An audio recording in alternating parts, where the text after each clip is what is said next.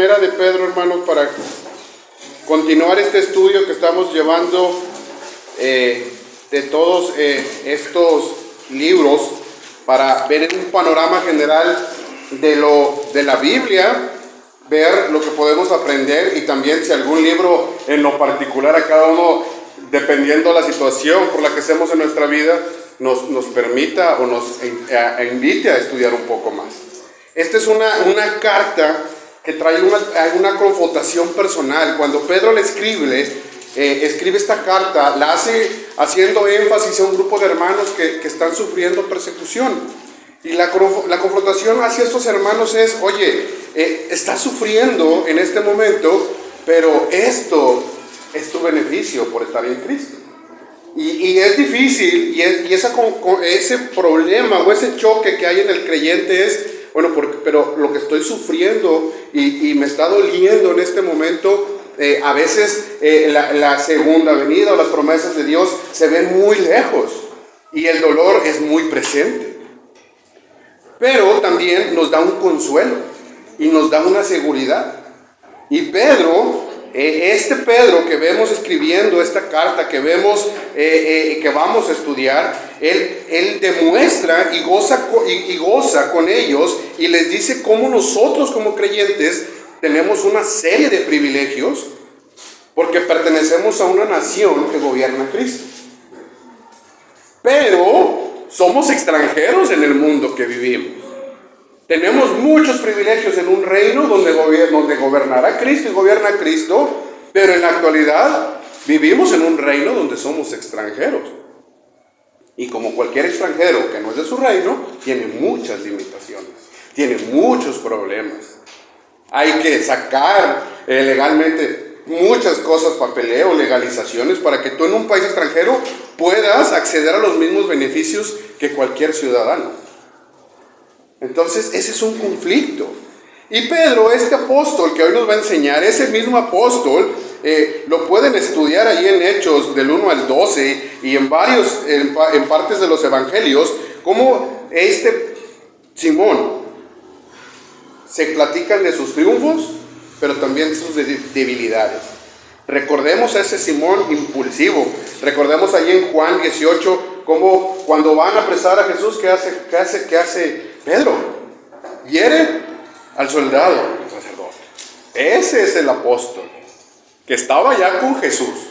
Pero el apóstol que hoy vemos, que vamos a estudiar, vemos a un Pedro muy diferente. Vemos a un Pedro que cambia con el evangelio, aun cuando ya no está Cristo. Y entonces, ya posteriormente en Hechos, vamos viendo como incluso cuando Pedro y Juan son amenazados de que ya no prediquen el evangelio o los van a volver a encarcelar. ¿Y qué dicen ellos? ¿Qué dicen en Hechos? Dice que está de más que yo voy a dejar de predicar el evangelio. Prefiero antes servir a Dios que a los hombres. Y escuchando a Pedro decir eso, y el contraste de un Pedro que hiere de manera impulsiva, de manera airada, vemos a un Pedro diferente. Pero en el ínter de ese Pedro diferente, como lo hemos hablado muchas veces de Abraham, como lo hemos hablado muchas veces de Isaac, lo hemos hablado de José, y lo hemos hablado de todos los estudios que hacemos, en el medio hubo un evangelio. Hubo algo que cambió la vida de estas personas. Y hoy veremos en esta carta del apóstol Pedro, recordándonos, hermanos, que la victoria que tenemos es en Cristo. Vamos a orar. Padre, gracias porque nos permites estar reunidos. Gracias en especial porque me has permitido llegar y porque has puesto los medios para que así fuera. Gracias, Padre, por los hermanos que están aquí, que en este momento se predique tu palabra y que podamos llevarla a nuestros corazones. Gracias, Padre, por todo. En nombre de Cristo Jesús. Amén. Entonces, hermano, acompáñeme a esta carta. Como ya lo dije, el autor de esta carta es Pedro. Versículo 1, y ahí empieza diciendo: Pedro, apóstol de Jesucristo. ¿Y a quién va dirigida? Desde el versículo 1 lo sabemos: a los expatriados de la dispersión en Ponto, Galicia, Capadocia, Asia y Bitinia. Y va muy enfocada esa carta. Oye, ¿quién escribe? Pedro. ¿A quién va? A un grupo de hermanos de Asia Menor que están siendo expatriados y están dispersos por muchas situaciones que ahorita vamos a ver. Originalmente ya lo vimos, el nombre de Pedro era Simón. Simón fue reclutado, no hay otra manera de decir, por Jesús cuando él estaba pescando. Pedro era un pescador. Su profesión era ser pescador. Pasó de ser pescador de peces a ser pescador de almas. Su profesión no cambió. Nada más, ¿qué cosa tenía que pescar? Y hermanos, pero Jesús le cambia después el nombre y le llama Cefas en arameo, que esta traducción significa roca. Ahora tiene lógica cuando dice Jesús, tú vas a ser la roca de mi iglesia. Y lo vamos viendo en Hechos, como Pedro, de ser este hombre impulsivo, de este hombre muy desenfocado de lo que Jesús decía, pasa a ser un líder de la iglesia junto con Juan. Tanto decir que esta carta va dirigida a un grupo de hermanos, en parte consolación y en parte ánimo a estos grupos de hermanos. Y cuando le escribe, pues Pedro pareciera que está en Roma, y sabemos qué pasa con Pedro posteriormente. Muere crucificado. Entonces, hermanos, esta parte, este contexto, se convierte y existe esta carta porque los hermanos eran perseguidos por el imperio romano, por los ciudadanos romanos, ya que injustamente se les culpaba por el incendio de Roma a este grupo de creyentes, cuando el mismo emperador Nero, se dice que lo causó. Entonces, pues, para que no lo enjuiciaran a él busca un chivo expiatorio, y los primeros que son, pues son los cristianos, fíjate. Los relacionan con los judíos y son los más conflictivos y siempre han dicho, y vámonos contra, y como el emperador lo dijo, pues a todos les nació el ciudadano romano y persigan a los cristianos. Y hermanos, eso persigan a los cristianos es golpear, ofender, dañar, incluso matar a un cristiano. Nuestras persecuciones actuales pueden ser diferentes, porque algo que por lo menos he estado aprendiendo es que el diablo muchas veces las mentiras no se inventa una nueva, toma las mismas y las transforma de manera diferente y las va adecuando. El diablo es el que más está a la moda porque se va adecuando al mundo. Si el mundo trae una moda, el diablo se adapta, y nosotros muchas veces acabamos adoptando esas modas actuales. Y Pedro les llama aquí, fíjense lo que dice, versículo 3. Bendito el Dios Padre de nuestro Señor Jesucristo, que según grande misericordia nos hizo renacer para una esperanza nueva, viva, por la resurrección de Jesucristo de los muertos. Y aquí Pedro les llama peregrinos, les llama expatriados, y les está diciendo, ustedes que están fuera, pertenecen a una familia, pertenecen a un grupo, y ustedes les da victoria, y lo vamos a ir viendo. Y aquí como referencia, hermanos, en el 5:13 hace referencia que Pedro está en Babilonia. Y hay muchas posturas y hay muchas, la más que es una referencia que él está en Roma, pero no lo quiere decir de una manera tan claro, porque vuelvo a aclarar, a los hermanos están en persecución. Entonces, si esa carta caía en manos equivocadas, pues sabían dónde iban a estar los hermanos. Y estoy hablando, hermanos, que hasta la muerte era causante de esto. Entonces, ahora sí, hermanos, bajo ese contexto, donde Pedro ya es una persona líder de la iglesia, les está escribiendo a estos hermanos que están en una postura que su propia vida está en peligro. Por la gracia de Dios en México no tenemos preocupación por poder estar ahorita un miércoles a las 7:30 de la noche predicando el evangelio con temor de que va a llegar la policía y nos quieren encarcelar. Pero en otros países sí. En otros países sí es prohibido, en otros países ser cristiano te cuesta la vida. Gracias a Dios a los mexicanos y los que vivimos aquí y son extranjeros y vienen a México pueden disfrutar de una libertad religiosa. Así como estamos nosotros pueden haber muchas religiones. Pero hermanos, aquí bajo este contexto, deja claro que a pesar de cualquier situación en la que estén, todos somos uno mismo en Cristo. Y fíjese, voy a seguir leyendo el 3, me paso versículo 4, dice, para una herencia incorruptible, incontaminada e inmerecible, reservada en los cielos para vosotros, que sois guardados por el poder de Dios mediante la fe para alcanzar la salvación que está preparada para ser manifestada en el tiempo postrero. Les está diciendo, ustedes ya son especiales. No importa la situación en la que estén. No importa en qué situación estén, y sigue, versículos del 6 al 9, en el cual vosotros os alegráis, aunque por ahora, por un poco tiempo, si es necesario, tengáis que tengáis que ser afligidos en diversas pruebas, para que sea sometida a prueba vuestra fe, mucho más preciosa que el oro, el cual, aunque perecedero, se prueba con fuego, sea hallada en alabanza, la gloria y honra cuando se ha manifestado Jesucristo. Y entonces, ahora sí, Pedro les está diciendo a este grupo de hermanos, en Cristo tú tienes una victoria segura. Y eso, hermanos, en Cristo existe una victoria segura, es la vida del cristiano. Y nos cuesta en carne comprender esto. La vida del cristiano no se trata de cuántos problemas tengo. No se trata de qué voy a hacer por mis hermanos. No, hermanos, todo lo demás son frutos. Son situaciones que van a ser probadas para fe. Pero la vida del cristiano es que somos victoriosos en Cristo.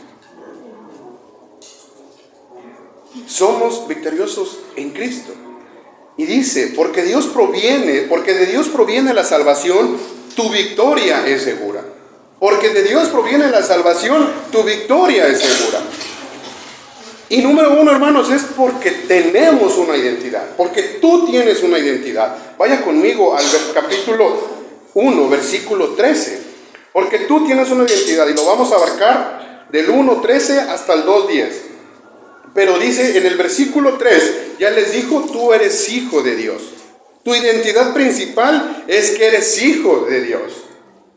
Así como tú eres hijo de Dios, el hermano que vive en Colombia, el que vive en Ecuador, el que vive en España, todos son hijos de Dios. Pertenecemos a una sola nación. Entonces, para que tú seas hijo de Dios, perteneces a una nación. Entonces tú tienes que deberte al rey de esa nación, que es Dios. Y Pedro lo deja muy claro. Me voy al versículo 16. Porque escrito está, sé santos, porque yo soy santo. ¿Quién es santo? Dios. Entonces, ¿cómo nos debemos comportar los cristianos? Como santos, hermanos. Entonces, tú tienes una identidad, eres hijo de Dios y por lo tanto debes ser santo. Y ahí, ok, hermano Néstor, yo tengo que ser santo, pero me cuesta. ¿Cómo es eso de ser santo, hermanos? Pedro lo empieza diciendo, versículo 13. Por tanto, ya les viene diciendo, tú eres hijo de Dios, estás batallando con tus problemas que tienes. Por tanto, hermanos, ceñid los lomos de vuestro entendimiento. Les dice, sed sobrios y esperad por completo en la gracia que os traerá cuando Jesucristo sea manifestado. Sed sobrios. Hermanos, y sed sobrios es paciencia, ánimo, tranquilidad, benignidad. Ahorita, hermanos, que yo que venía de mi trabajo, venía atorado en el tráfico, me acordé de esto. Sed sobrios. Ya nomás, ahí en el semáforo me paré y dije, Dios, si quieres que llegue, voy a llegar. Y llegué, aquí estoy, gracias a Dios. Pero hermanos, ser sobrios es en cualquier momento de mi vida. Desde que el niño, desde que mi hijo, desde que mi nieto, desde que mi vecino, desde que mi jefe me puede alterar, es estar tranquilo hasta que Jesucristo venga. Hermanos, y eso puede ser el día que usted fallezca y no vea la venida de Cristo, o puede que le toque ver la venida de Cristo. Pero hasta entonces, sé sobrios. Parte 2. Vaya conmigo, acompáñeme al versículo 21. Déjeme sigo leyendo el versículo 14. Como hijos obedientes, no os conforméis a los deseos que antes tenías estando en vuestra ignorancia, sino como aquel que llamó es santo. Sed también vosotros santos en toda vuestra manera de vivir. Entonces, ¿dónde debo ser santo? No en la iglesia, no cuando el hermano me ve, no cuando ahora sí traigo la Biblia en mano y me pueden decir algo. Ser santo en toda vuestra manera de vivir. Venía hablando hace varios días con mi esposa y le dije, ya encontré cuál es el mejor lugar para evangelizar. Y mi esposa me dice, ¿dónde? Le dije, en la escuela de mi hija. Me dice, ¿por qué? Le dije, tú nomás quédate 5 minutos afuera y escuchas a los hijos, a los papás de los niños que van a dejar hablando, y dices, hermano, está diciendo 5 minutos allá afuera. Lo hago poco, pero a veces que me quedo así volteo a ver y digo, Dios mío, sed santos en vuestra manera de vivir. Y el problema es que a veces esos hermanos están hablando de otros hermanos. Yo no los conozco, pero digo, hermano, como está hablando de su hermano. Estoy hablando de una escuela cristiana. A lo que voy, hermano, a veces creemos que ser santo es el domingo en el culto, cuando leo la Biblia, cuando estoy orando. Pero afuera, en el día a día, en el que me enojo con mi esposa, en el que me quiero enojar con mi esposa, en mi manera de actuar, en mi manera de decir las cosas, ahí sí no quiero ser santo. Ahí quiero ser Néstor, con mi carácter. Quiero que me acepten tal y como soy. No, es cuando más debemos demostrar ser santos. Es cuando más debemos reflejar a Cristo. Y no a Néstor. Néstor debe reflejar a Cristo. No Néstor reflejando a Néstor. Porque aquí dice, ¿cómo dice? No os conforméis a los deseos que antes tenías estando en vuestra ignorancia. Y nosotros ahora podemos ver, apreciar la hermosura del Evangelio, ver a Cristo como nuestro Salvador, porque ahora tenemos la verdad. Pero queremos seguir viviendo en la ignorancia. Y empieza por esto, hermano. Empieza por esto, ser sobrios, ser obedientes, para que puedas ir empezando a practicar tu santidad. Ama a tu hermano. ¿Y por qué tienes que amar a tu hermano? Porque es un mandamiento. Ama a tu padre, porque es otro mandamiento. ¿Y cómo es una manera de amar a nuestro padre? Leyendo la Biblia, buscando a mi padre, platicar con él, conocerlo, conocer a mi rey. Al Señor que me ha dado todo, tengo el privilegio de yo conocerlo directamente. No es como los de aquí, no son como los presidentes terrenales, como los reyes, que para que accedas a ellos, necesitas tú también ser alguien muy importante. Tú eres importante y todos somos importantes en el reino de Dios, que te da acceso directo a estar con Él, a que lo conozcas a fondo, a que estés con Él, a que sepas qué quiere de ti, a que conozcas cuál es su plan para tu vida. Porque somos llamados a ser santos. Y así, hermanos, es como buscamos por medio de la santidad y aseguramos que nuestra victoria es segura. Y estamos en esa santificación progresiva día a día. Fíjese lo que dice, vaya conmigo al 21-22.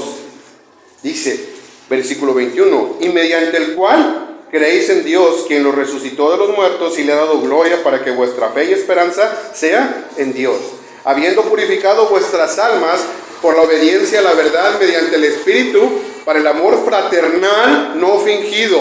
Y vuelvo a repetir, amor fraternal no fingido.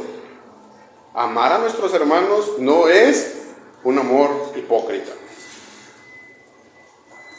Es un amor real, que debemos que demostrar como Dios nos amó por medio de Jesucristo, sin condición alguna. Amaos unos a otros entrañablemente, de corazón puro, siendo renacidos no simplemente corruptible, sino de incorruptible, por la palabra de Dios, que vive y permanece para siempre. Y vuelvo a repetir, la santificación que tenemos es progresiva. ¿Y sabe por qué es progresiva, hermanos? Porque nos cuesta aprender, nos cuesta practicar, nos cuesta. Si no, no estuviéramos todos los miércoles, todos los domingos aquí escuchando el Evangelio. Pero algo que tenemos tranquilidad es versículo 25, mas la palabra del Señor permanece para siempre. Así que, hermano, no quieres empezar por estas dos áreas que te hago decir, no, amar al hermano me cuesta mucho. Amar al Señor, pues si no amo a Dios, ¿cómo voy a amar a mi hermano? Ok, empieza por otra área. Capítulo 2, versículo del 1 al 4.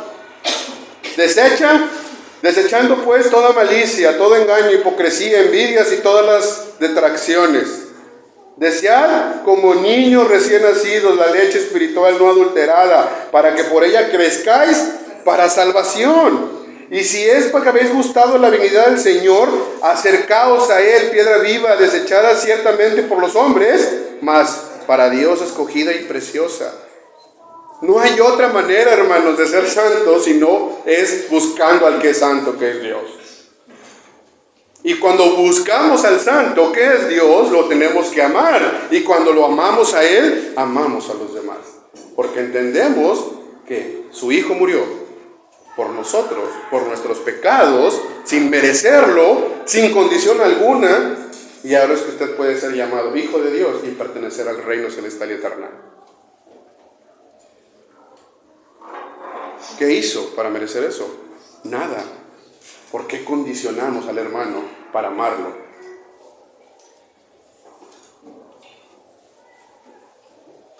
Así de simple, hermano. No hay otra manera de aceptar mi identidad si no acepto que soy hijo de Dios. Y que por este simple hecho no vamos a poder hacer nada si no está Dios de por medio. Termino este punto, hermanos. El punto donde... Porque de Dios proviene la nación, tu victoria es segura, porque tienes una identidad con los versículos 9 y 10. Vaya conmigo, ahí del capítulo 2, 9 y 10. Y fíjese lo que dice. Mas vosotros sois linaje escogido, real sacerdocio, nación santa, pueblo adquirido por Dios, para que anunciare las virtudes de aquel que os llamó de las tinieblas a su luz admirable. Hermano, aquí no veo porque hiciste, porque te lo mereces, porque eres el más guapo, porque eres el más inteligente. No. Aquí dice, mas vosotros sois linaje escogido. Nos escogieron, nos pusieron.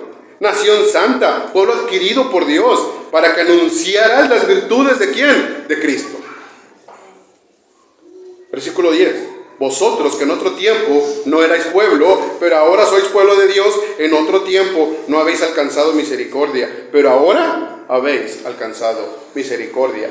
La fe es la expresión máxima de una misericordia, es cuando nosotros ciegamente hacemos las cosas por la fe que tenemos en Dios, tratando de disimular o asimilar lo que Dios hizo por nosotros sin merecer nada. Por fe creo lo que Dios hace por mí. Y lo que me dice es bueno en toda manera, aunque mi carne me diga que es malo. Y puede ser en persecución, puede ser en salud, o puede ser en la muerte. Porque hasta en la muerte Dios hace cosas buenas. Porque de Dios proviene la salvación. Tu victoria es segura. Y porque tu victoria es segura, pelea la batalla diaria. Pelea la batalla diaria. Vamos a iniciar en el 2.11 y vamos terminando en el 4.19. La seguridad que tenemos de pelear la batalla diaria de la fe en este mundo en el que vivimos es que vamos a ganar. Esta guerra la vamos a ganar. A diario podemos perder muchas batallas. Puedo ganar otras. Pero al final sé que Cristo va a ganar la guerra por mí. Y que yo voy a estar con Cristo como victorioso al final de los tiempos. Si eso no nos da consuelo, si eso no nos da tranquilidad, eso no nos motiva, que por más veces que yo me caiga, voy a ser victorioso al final de los tiempos. Hermano, ¿por qué no peleamos la batalla? Imagínense que le dijeran a los soldados, vete a la guerra, vas a ganar. ¿Usted cree que esos soldados iban a ir con temor? Los soldados van a la guerra con temor porque piensan que van a morir en la batalla, porque piensan que ya no van a regresar. Pero bueno, usted va a la batalla de la fe y usted va a ganar. Puede perder su vida, puede perder su salud, puede perder todo lo material, pero al final usted va a estar con el Señor Jesucristo. Y esa es la mejor victoria que podemos pedir los creyentes. La mejor victoria y segura que tenemos. Nuestra tranquilidad es que Cristo va a ganar. Hermanos, y esto al día nos permite que la batalla, número uno, en las batallas diarias hay que ser buen ejemplo para el mundo y para nuestros hermanos. Capítulo 2, versículo 12. Capítulo 2, versículo 12 dice, bueno, lo voy a leer desde el 11. Amados, yo ruego como extranjeros y peregrinos que os abstengáis de los deseos carnales que batallan contra el alma. Y si usted va a leer Pedro, y le invito a que lo lea más a fondo después, se va a dar cuenta que Pedro es muy repetitivo. Vas a pelear, batalla con esto, pelea tus deseos carnales, y lo vuelve a repetir, y lo vuelve a repetir. Se los dice muchas veces en el libro. Porque hermanos, eso es lo que peleamos diario. Eso es lo que a diario estamos batallando, con mi ego, con mi carne, con mi orgullo. ¿Cómo lo expresamos? Cada hermano lo expresa de manera diferente. Versículo 12, manteniendo buena vuestra manera de vivir entre los gentiles, para que los que murmuran de vosotros, como los malhechores, glorifiquen a Dios en el día de la visitación, al considerar vuestras buenas obras. Por causa del Señor, someteos a toda institución humana, ya sea el rey como a superior. Y hermanos, hay que ser ejemplo. ¿Cuánto no hemos escuchado ser luz en el mundo? Ser luz en el mundo. Somos los primeros que andamos peleando afuera. El vecino nos conoce por todo, menos por ser cristiano. En mi trabajo me conocen por todo, menos por ser creyente. Mis hermanos me conocen todo, por menos por ser amoroso, por ser paciente, por ser atento. Hay que ser ejemplo. Empieza en casa. ¿Cómo está con sus hijos, con sus nietos? Ahí, con su esposa, con su esposo. ¿Qué tan buen ejemplo es para el otro? 2, debemos soportar injusticias, hermanos. Yo sé que esta es la parte que más nos cuesta. Vaya conmigo al 2:20-21. Debemos soportar injusticias. Dice, pues qué gloria es si pecados sois bofeteados y lo soportáis. Mas si haciendo lo bueno sufrís y lo soportáis, esto ciertamente es aprobado delante de Dios. Pues para esto fuisteis llamados, porque también Cristo padeció por vosotros, dejando ejemplo para que sigáis sus pisadas. Y hermano, cuando usted esté sufriendo, el problema que tenga, lo que usted esté pasando, porque puede ser un problema de salud, puede ser un problema emocional, puede ser cualquier problema, y usted cree que está sufriendo de más por el Evangelio, sufriendo de más por ser cristiano, le invito a que lea todo lo que sufrió Cristo antes de llegar a la cruz. Y no me refiero cuando Él evangelizó, cuando Él anduvo esos 3 años. Yo me refiero a esa parte donde lo golpearon, lo azotaron, lo humillaron, y ahí se mantuvo por usted. Y a pesar que estando en la cruz le dijo al Padre, si quieres, pasa esta copa de mí. Y estando en la cruz dijo, tú, ¿por qué me has abandonado? Y ahí, eso todo lo hizo. Todo eso que pasó Cristo, todos esos, humanamente hablando, porque esa parte tenía Cristo, lo hizo por usted, lo hizo por ti. Por ti, tú esa persona que tienes ese carácter, que tienes ese orgullo, que te levantas y que a diario tienes tus problemas, lo hizo por ti. Cristo murió por ti. Hermano, si nuestro sufrimiento en este mundo, que es pasajero, porque hermano, puede vivir 80 años, puede vivir 70, puede vivir 60, 40, los que quiera vivir, hermano, puede ser que ya le quedan poquitos, porque Dios así lo dispone. Esto es pasajero a una eternidad. Entonces, hermano, nos van a tocar injusticias. El mismo Cristo la sufrió y es nuestro ejemplo a seguir. Porque solo queremos seguir el ejemplo de Cristo en la parte buena, en la parte donde Él evangeliza, donde Él convierte, donde Él predica, donde Él junta 5,000 personas. Pero la parte donde Él sufre, eso no. Donde Él va y ora 40 días, no, hay poco. Donde Él no comió, no, eso también, hermano, no quiero. Yo nomás quiero donde Él sí juntó 5,000 gentes, lo escucharon. Hermanos, no, seguir a Cristo es todo. Lo que implique todo, desde las alegrías hasta el dolor. Y si nos decimos llamar cristianos y somos ejemplo de Cristo, vamos a sufrir y vamos a tener alegrías. O dígame, ¿no ha tenido alegrías en su vida? ¿Dios ha sido tan malo con usted que no le ha dado ninguna alegría en su vida? Usted está aquí sentado hoy. Usted respiró hoy. Mucha gente hoy ya no se levantó. Muchos hermanos hoy ya no están aquí. Y desperdiciamos el tiempo en cuestiones de no ser buen ejemplo, de las injusticias que decimos al mundo, y no hacemos lo que tenemos que hacer como hijos de un rey. Otro, y es muy sencillo, y lo aclara aquí, y Pedro habla muy sencillo y muy práctico. Capítulo 3, debemos ser buena esposa y buen esposo. O sea, aquí no hay de que voy a hacer medias tintas, voy a hacer media buena esposa, ¿sabes qué? De lunes a miércoles no es cuando ando más cansada, ya el fin de semana es cuando ando, ahí sí pues buena onda, hoy me estresé en el... No, fíjese lo que dice, 3:1, dice, asimismo vosotras, mujeres, estad sujetas a vuestros maridos, para que también los que no creen en la palabra sean ganados sin palabra por la conducta de sus esposas. Sí, esposas, ustedes, hermanas, pueden convertir a aquel hombre que no escuchó el evangelio, pero siendo ejemplo. Lo que dije hace rato, sé ejemplo para tu esposo. Considerando vuestra conducta casta y respetuosa. Me voy al versículo 7. Vosotros, maridos, igualmente, vivid con ellas sabiamente.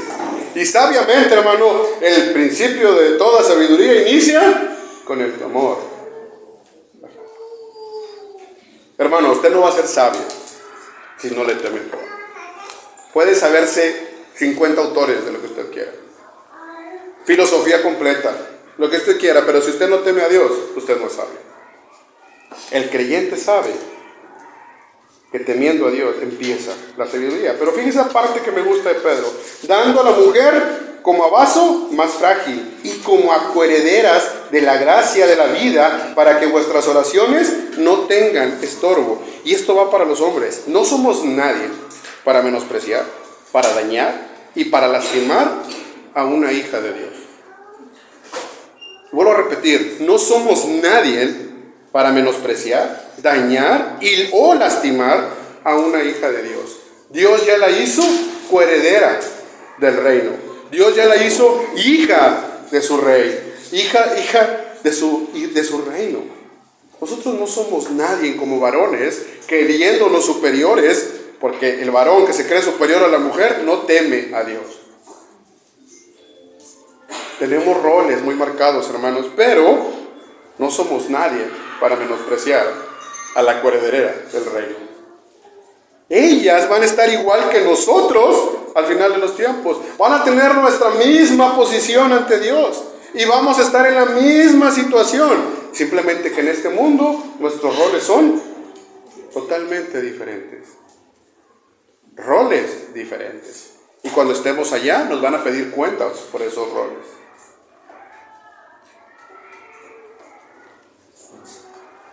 Dios mismo ama a nuestras esposas.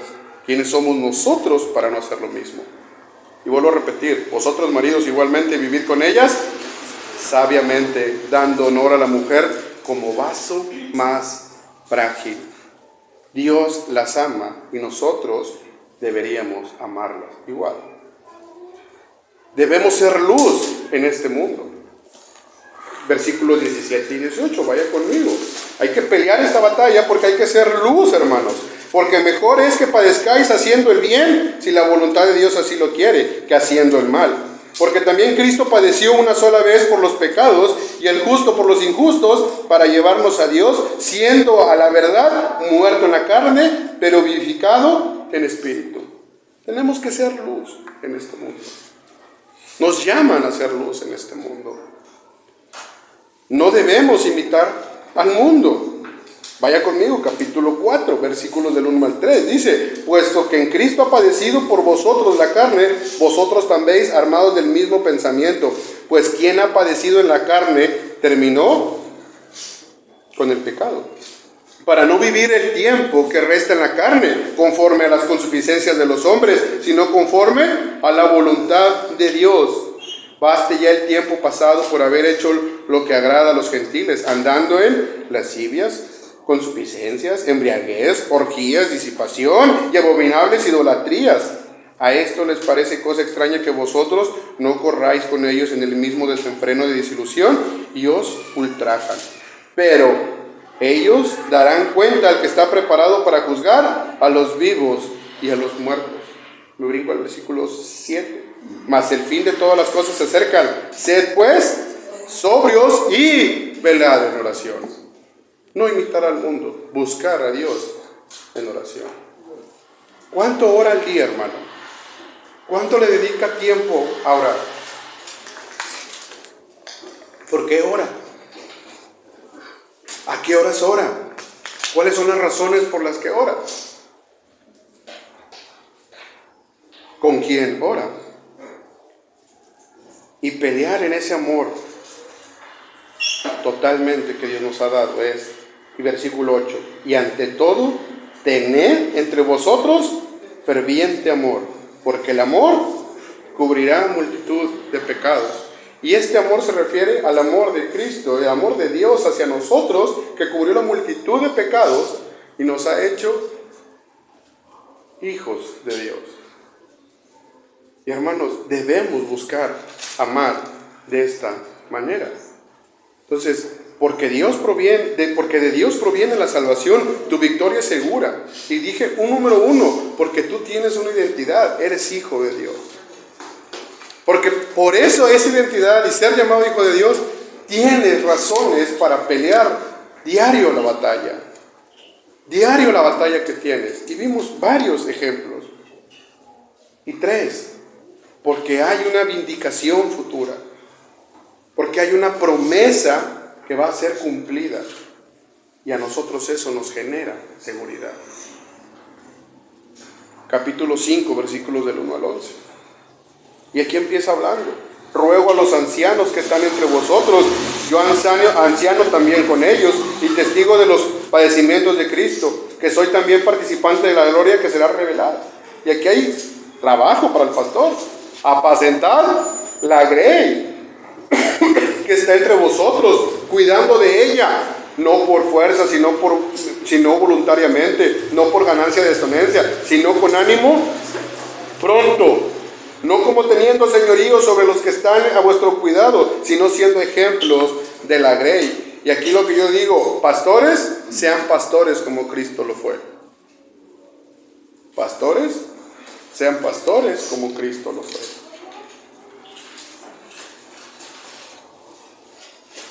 Segunda parte, jóvenes sumisos a los ancianos. Dice igualmente, jóvenes, están sujetos a los ancianos y a todos, sumisos unos a otros, revestidos de humildad, porque Dios resiste a los soberbios y da gracia a los humildes. Humillaos pues bajo la poderosa mano de Dios, para que Él os exalte cuando fuere tiempo, y echando toda vuestra ansiedad sobre Él, porque Él tiene cuidado de vosotros. Entonces, hermanos, esa promesa futura, esa promesa que tenemos de que Cristo triunfará y vendrá y gobernará sobre este planeta, sobre este mundo que conocemos, está presente y viva. Pero también tenemos promesas constantes que se están cumpliendo, como esta, echando pues toda vuestra ansiedad sobre Él, porque Él tiene cuidado de vosotros. Piensa, hermano, ¿cuándo lo ha dejado Dios? Pero realmente piense cuándo lo ha dejado Dios, porque a veces pensamos, es que esto no me lo ha dado, esto tampoco, esto no lo tengo, mira cuándo pasó esto, y te dejó, te soltó.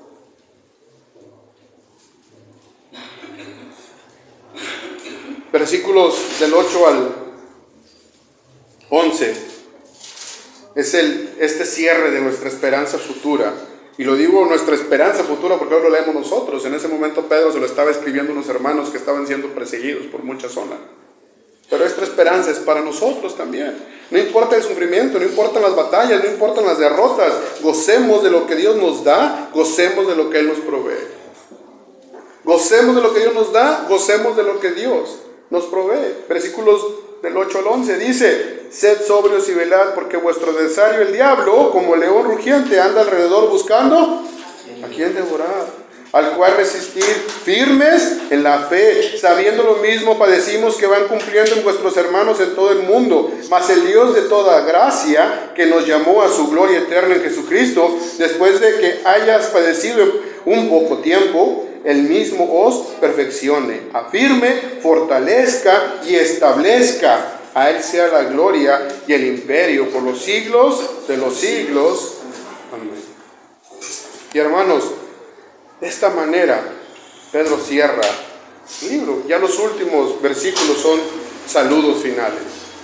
Pero Pedro cierra esta parte y aclara. Y quiero leer esta parte que MacArthur, lo vi en unas citas ahí de MacArthur, dice: los cristianos, aunque extremadamente privilegiados, también deben saber que el mundo los tratará injustamente. Su ciudadanía está en el cielo y son extranjeros en un mundo hostil, energizado por Satanás. De esta manera la vida cristiana puede ser resumida con un llamado a la victoria y gloria a través del camino del sufrimiento.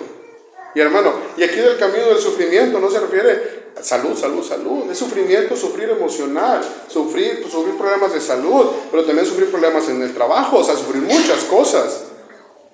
Y fíjense cómo cierra MacArthur, dice: la respuesta se enfoca en Jesucristo como el modelo de uno que mantuvo una actitud triunfal en medio de la hostilidad. Y este camino triunfal en medio de la hostilidad es lo que nos permite hoy ser llamados hijos de Dios. Entonces, porque de Dios proviene la salvación, tu victoria es segura. ¿Qué esperas para estar de rodillas a Cristo? Vamos a orar, hermanos. Padre, gracias porque nos recuerdas lo sensibles, lo inocentes, lo frágiles que somos cuando queremos atacar, pelear este mundo sin ti.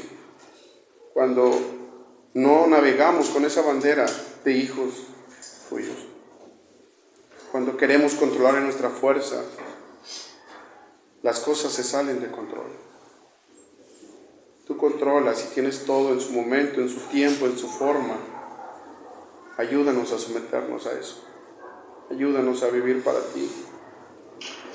Ayúdanos a demostrar que somos hijos de un rey que ha amado a sus hijos, los ha salvado, pero también que es un Dios justo, que en su justicia también demuestra amor. Padre, si en algo te hemos fallado en este momento, perdónanos, porque débiles somos sin ti, frágiles también somos. Ayúdanos a depender más de ti. Que nuestra debilidad, nuestro problema de cualquier persecución que nosotros tengamos en este momento, de trabajo, de dinero, de cualquier estrés, ayúdanos. A los varones a ser un buen ejemplo en la casa, ser un buen esposo, ser un buen cristiano, ser buen hijo de Dios afuera. Nuestras hermanas a ser buenas esposas, pero también hijas de Dios, hijas de un rey, y que así lo demuestren. Perdónanos si nos hemos olvidado en algún momento, si en esta semana no nos hemos acordado de ti, perdónanos. Gracias porque nos has traído esta palabra, gracias porque nos has hablado, gracias por esta iglesia. Te agradecemos por todo en nombre de Cristo nuestro Salvador, Jesucristo. Amén.